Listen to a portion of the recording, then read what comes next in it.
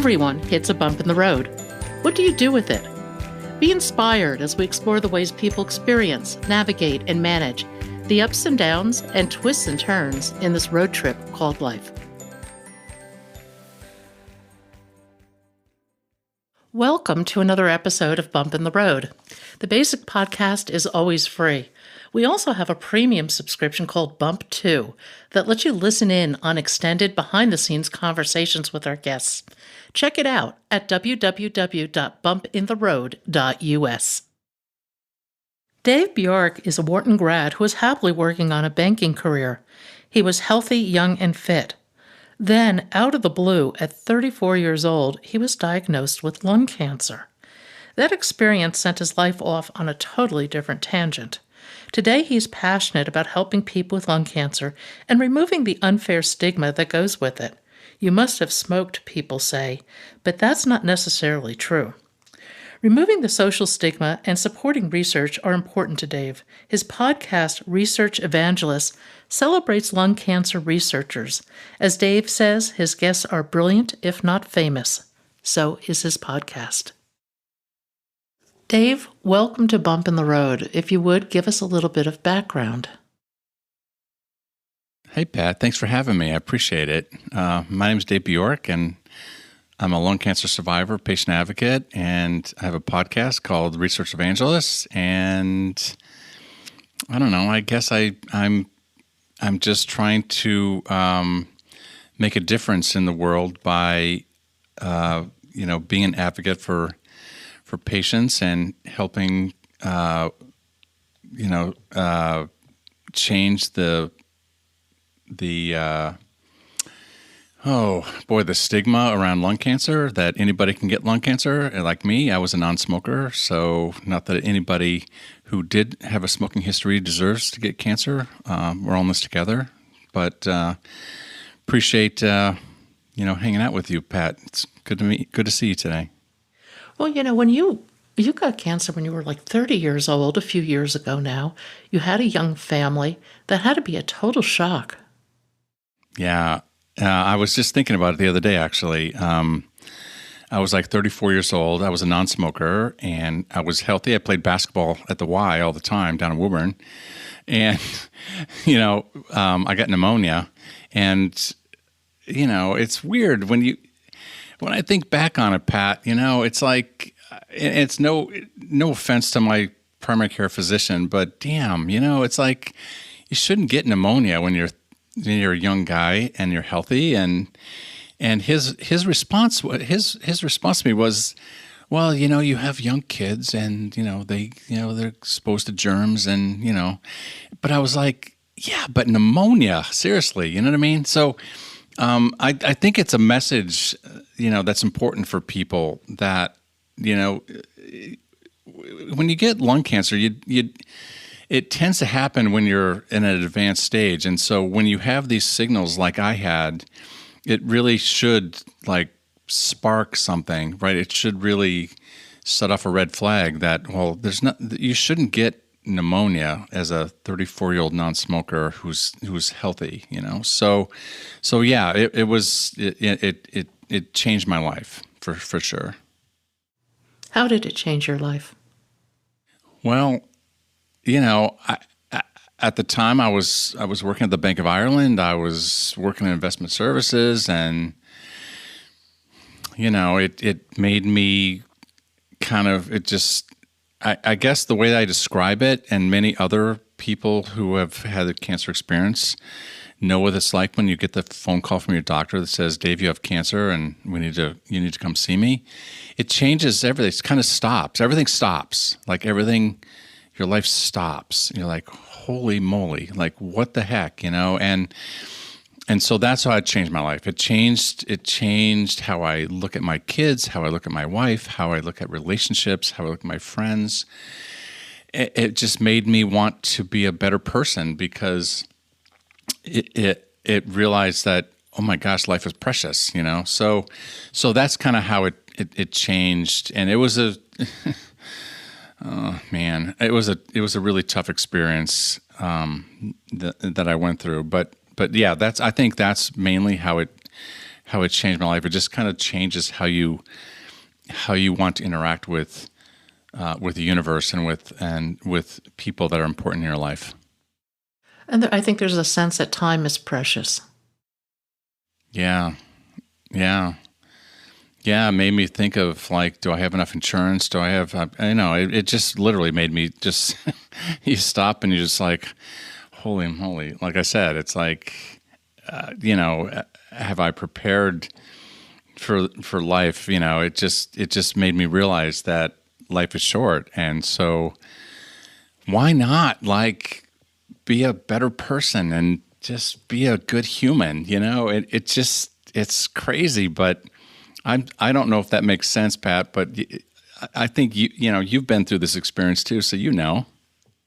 No, it rearranges everything. And I think it makes you realize that you need to dig deep, figure out who you are, and be that person.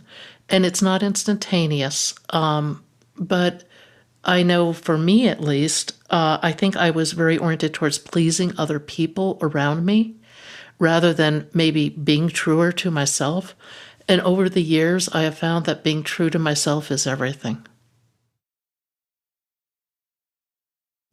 Yeah, I think it is being true to yourself, but I agree with you. I think I was the same way. I think I was more about like being nicer to other people, and that really, I think, helped me through the experience, was to appreciate the people who, and maybe with you too, people who stepped up during that period of time, who raised their hand and said, I'm your friend. I want to help you, So, but I think being true to yourself is a good point. I think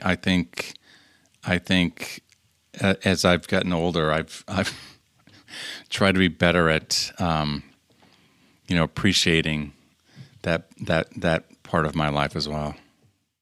Well, cancer set your professional life off on a different tangent, didn't it? It did. Yeah. Like I said, I was working in investment services. I was, I went to Wharton, and and you also have a connection to Penn. So, but I was not involved with healthcare. And so, yeah, it changed my trajectory of my career. I said, I want to help cancer patients, with education. And so I went into medical marketing and publishing, so yeah, it totally, I couldn't have predicted it, right? Because where my career was going was not anything to do with cancer or to healthcare. So it changed everything.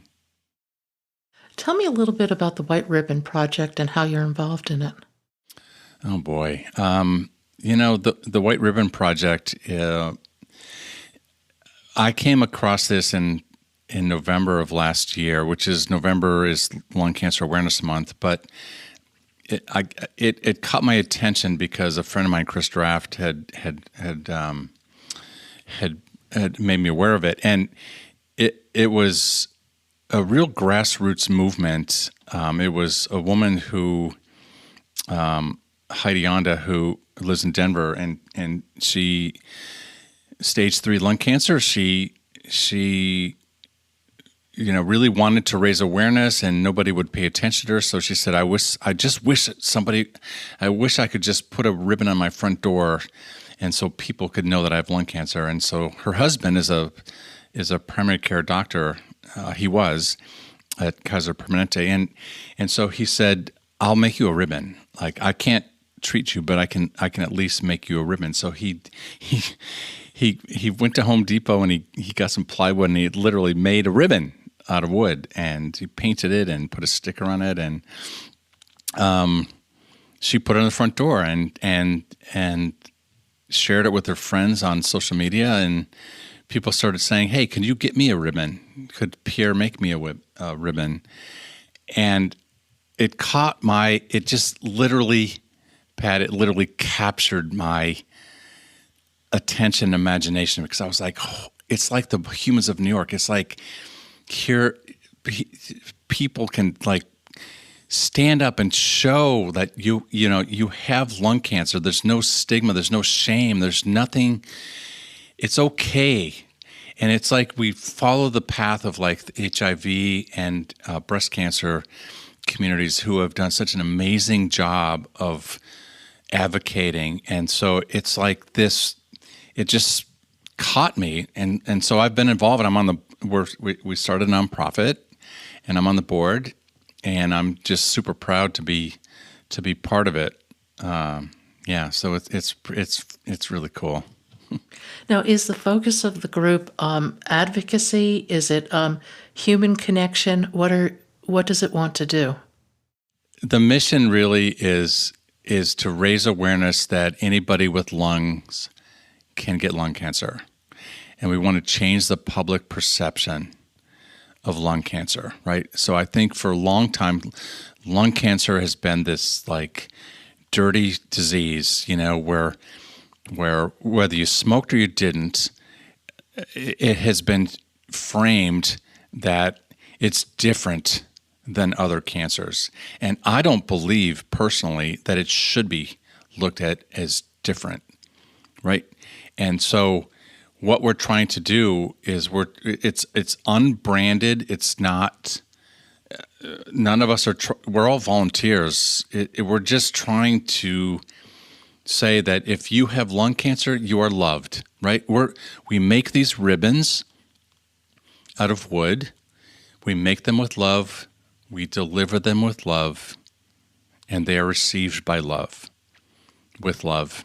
And so it's the most grassroots thing that I have ever been involved with, right? And so our mission really is really just to embrace people, whether you are a patient, you're an advocate, you're a caregiver, you're a clinician, you're a social worker, you're whatever.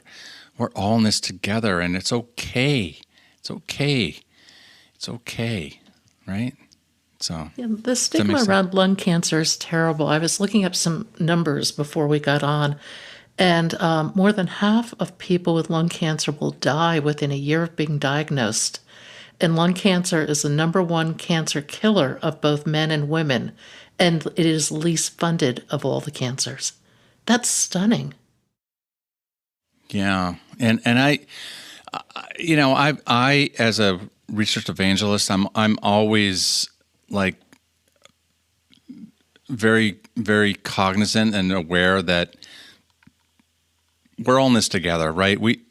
Research funding is important, but I think what's sometimes missed is that the fact that lung cancer is by far the biggest killer. I mean, by far. It's like the next 4 cancers combined. It's like it's insane when you think about it. And so, yeah, I think there's an inherent stigma that, okay, people who get lung cancer deserve it, right? You smoked, right?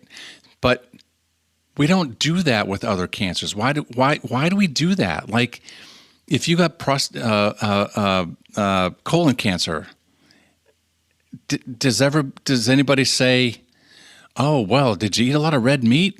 Yeah. But literally, when I was diagnosed with cancer, everybody just said, "Dave, oh, you're a smoker?" Like, why? Why do people ask that question? And so, to your point, yes, it is the number one killer. And unfortunately, 20% of people, roughly, who are going to be diagnosed with lung cancer this year never smoked. Okay? So do the math. If 160,000 people die every year from lung cancer, 20% is like 30,000 people. Okay? So do the math. So how come it's not a priority? Why is this not a pandemic sort of emergency that we should be talking about this, right? And even if you did smoke, honestly, seriously, even if you did smoke, it's been proven by the two what was it, 200, what's the number, $2 billion settlement?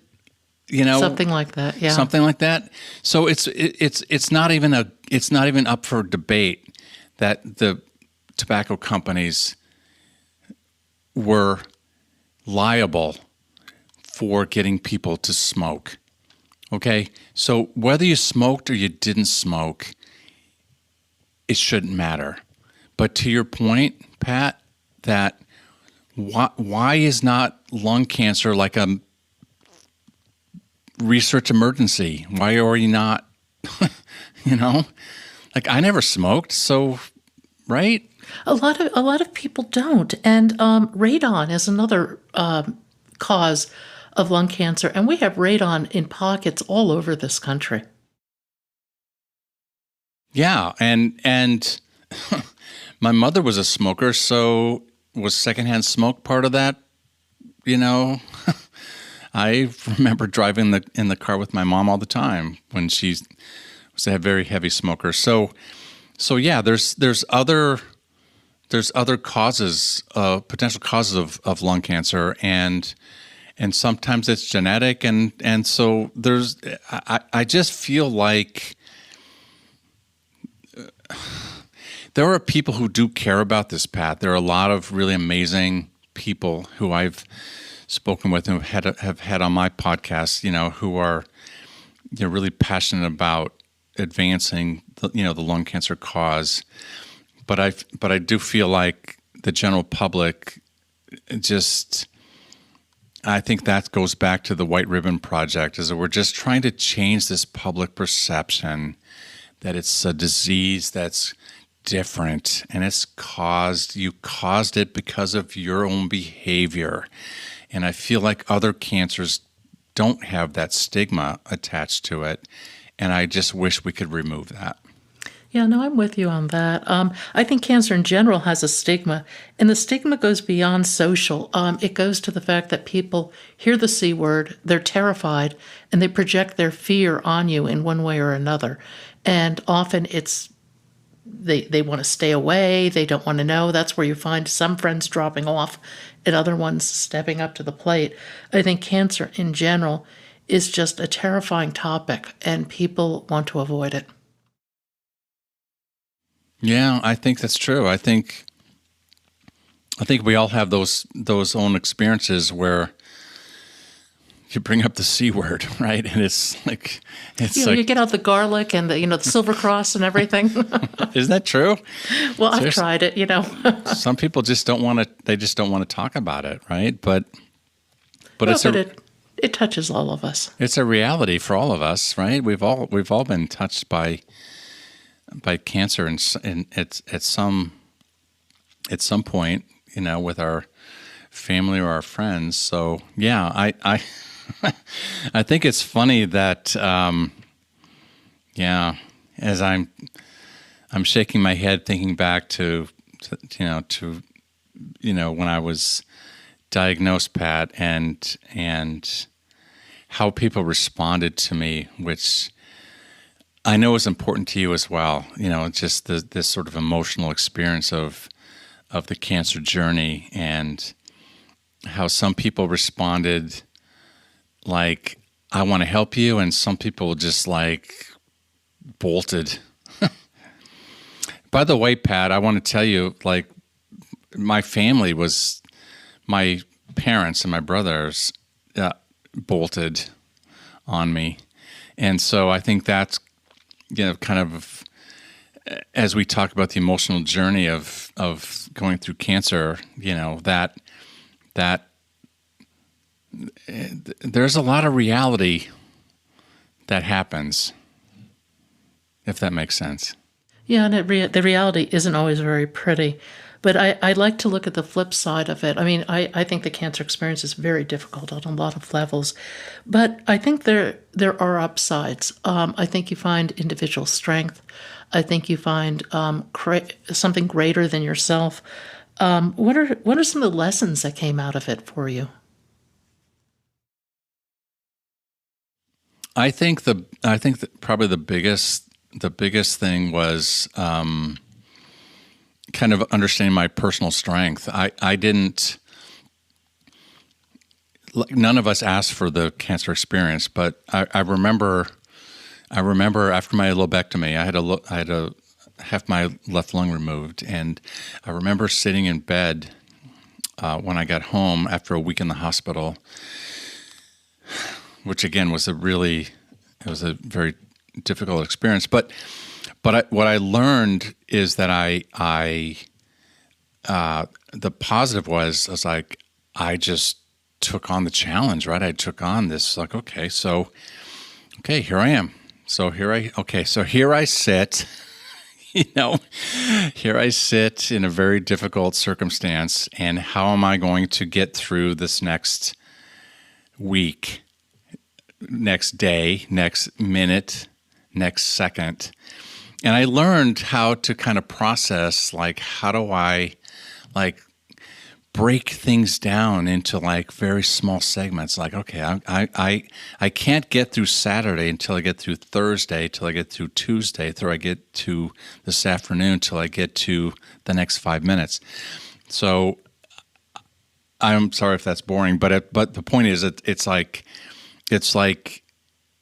I learned, the positive that I learned from this was like, okay, I am going to like put on this game face and just deal with this, and I think it's helped me in other ways. It's right, Pat. It's helped me not just with dealing with cancer, but dealing with other circumstances where I say, okay, I got to sit down and break it down. And so, I guess that's my way of thinking of how I can take a positive from it, if that makes sense. It makes a lot of sense. I think for a lot of us, all the superfluous things fall away. You become very present moment oriented because you start to realize that's all you have, and it may be your biggest challenge. You may just have to get through this moment to get to the next. And when it gets stripped down to something that basic, it's a game changer. Yeah, I mean, it literally was it. I joke, and I'll age myself because I was watching reruns on cable as I was lying in bed. This is very personal, but of like Mannix and some of those other shows from the 70s. Oh gosh, and but literally thinking of breaking things down by very small moments. It's like I just, people who might be listening who have had a lobectomy will know that it is a very painful experience. And so I was taking Vicodin, and Vicodin was great. It didn't take away all the pain. It helped by far a lot, for sure. But so people can understand that when we talk about, Pat, when we were just talking about like breaking things down into like small moments, it's like if I can just get through 5 minutes or 10 minutes or 20 minutes, that's how I started to look at life. I don't think I ever looked at life that way. Because, right, we think of, it's like Thursday, or it's like, Saturday, we're going to do something else. But you literally have to sit there and, like, because of your experience, because of what you're going through, you literally have to, you have to get through the next 5 minutes. Isn't that, it's crazy, right? No, it's a shift in time. And, like you, I'm used to setting big goals and just going for them. It was not possible at that point in time. And that's hard to accept. I mean, you have no choice. It's just there in your face. But it's difficult. But then time does move on. And it's interesting the different paths we all take. I mean, you just started a podcast, Research Evangelist. Yeah. So last year I had been writing a blog, the Cancer Research Evangelist, since 2014, and I realized that, and so people can't see me, but you see I use my hands a lot, and I I'm very expressive. And so I thought, you know what? I want to do a podcast. I want to start sharing with the universe these people that I've encountered in my cancer journey, which are people in life sciences who are, I call brilliant but not famous. And primarily they're researchers and clinicians. So they're either PhDs, MDs, Masters of Public Health, whatever, doing research, or they're treating patients. And I had met all these people over 6 or 7 years, and I was like, the people should people should know these people, because they're amazing people. They're talented. They're committed. And so I started with Dr. Brennan Stiles, who's a thoracic surgeon in New York City, who's brilliant but not famous, but he should be famous. Anyway, the joke, Pat, is that they're all famous in the sense that they're all well known and respected, but my next door neighbor would never know who Brennan Stiles is. And so that's kind of the backdrop of, I want people to know that there are amazing human beings who are doing cancer research or taking care of cancer patients, who are just amazing people. And those are the people that I interview. So it's been, it's everyone from Michael Caligiuri, who is the president of the City of Hope in California, to Justin Gaynor, who is the head of thoracic oncology at Mass General Hospital, to Portia Thomas, who's a medical student at Meharry College in Tennessee. There's a lot of amazing people out there doing great work and supporting the cancer community.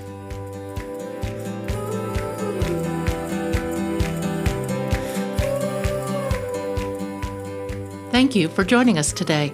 I hope you found something in today's podcast that inspires you along your own life's path, because sometimes a bump in the road is actually a portal into a more conscious and meaningful life. You can subscribe to our free podcast at www.bumpintheroad.us or become a premium member to hear the full conversation. Just go to www.bumpintheroad.us for more information and to sign up.